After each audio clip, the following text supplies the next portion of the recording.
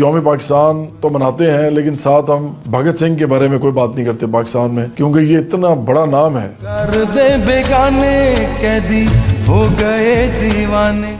इनकलाबियों के अंदर पूरी दुनिया के इनकलाबी जो है उनकी जब फहरिस्त निकाली जाए तो उनमें भगत सिंह का नाम आता है। अगर आपको याद हो तो भगत सिंह का जो मुकदमा था वो मोहम्मद अली जिन्ना जो है वो भी लेना चाहते थे, जिनको हम कायदे आज़म कहते हैं। ये कोई छोटा नाम नहीं था, इस नाम को हमने भुला दिया बिल्कुल पाकिस्तान में। सानू नींद राना आया, सानू नींद राना आया। भगत सिंह इस वक्त पाकिस्तान के अंदर अगर एक अलामत के तौर पे उभरे हैं, दोबारा इनके बारे में बात की जाए तो पाकिस्तान में इनकी वजह से असल इनकलाबी जदोजहद जो है उसको फायदा हो सकता है। कैसे सी चले उसे पिपल दे थले।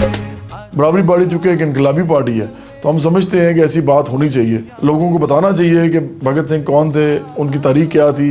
इस मुल्क के लोगों को बताना चाहिए कि आप जो बाकी लोगों की बात करते हैं इनकी भी बात करें। भाई पाकिस्तानी आदमी था, ये पाकिस्तान की पूरी स्टोरी है भगत सिंह की। ये पाकिस्तानी थे, कितना इनकलाबी, कितना बहादुर और कितना ज़बरदस्त आदमी था, लेकिन क्यों नहीं बताया जाता? मुझे ऐसे लगता है जैसे इसलिए नहीं बताया जाता क्योंकि इस मुल्क के अंदर अगर जिद्दोजहद की रमक पैदा हो गई, अगर अपने हकूक़ के लिए लोग जो हैं वो मुनज़्ज़म होना शुरू हो गए, आम लोग जो, क्योंकि भगत सिंह आम लोगों के लिए खड़ा था, वो जगीरदार महतार माफिया के साथ नहीं खड़ा था, वो उनका सियासी मुखालिफ था।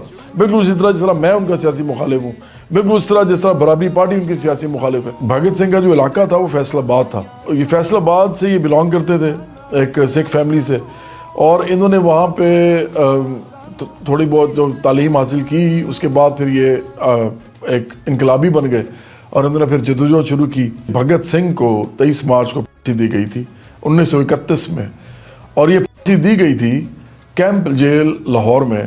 के ना आया हुक्म लिखे या लखाया, जजा पढ़ के सुनाया, मनिया झूठियां गवाइयां, गल्ला सुनिया सुनाइया।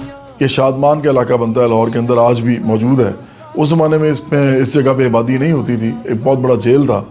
वहीं भगत सिंह और उनके साथियों को रखा गया था और इल्ज़ाम ये था कि इन्होंने सैंडिस को गोली मारी है, और बाद में भगत सिंह ने ये माना भी कि ठीक है हमसे गलती हुई, दोबारा अगर मुझे मौका मिले तो मैं ये नहीं करूँगा और सिर्फ जद्दोजहद करूँगा।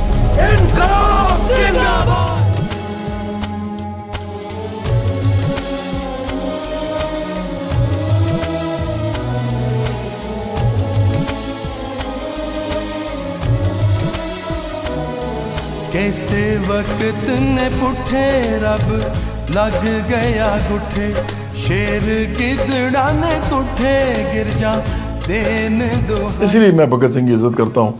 अगर भगत सिंह ये ना कहते कि उनसे गलती हुई थी तो शायद मैं इतना ज़्यादा उनको अहम ना समझता, क्योंकि आखिरकार जो दहशत गर्दी है उसके हक़ में हम नहीं हैं, चाहे वो राइट के लोग करें या लेफ़्ट के लोग करें। कोई भी हुर्रियत के नाम पे या किसी भी आज़ादी के नाम पे अगर दहशत गर्दी करता है या किसी इंसान को मार देता है तो वो कोई ठीक बात नहीं लगती। और बहरहाल एक जो जद्दोजहद होती है आज़ादी की, उसको एक ज़ाब्ते के तहत ही आगे चलना चाहिए।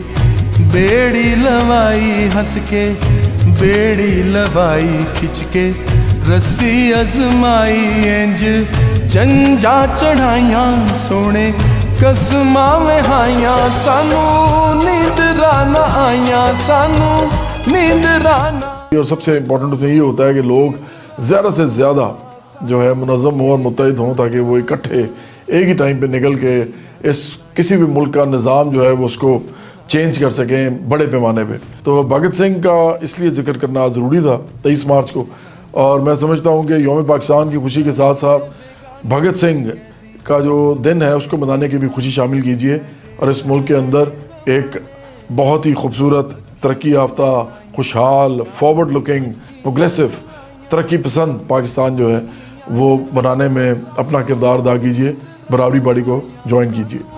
नींद राना आया सानू, नींद राना आया सानू, नींद राना आया।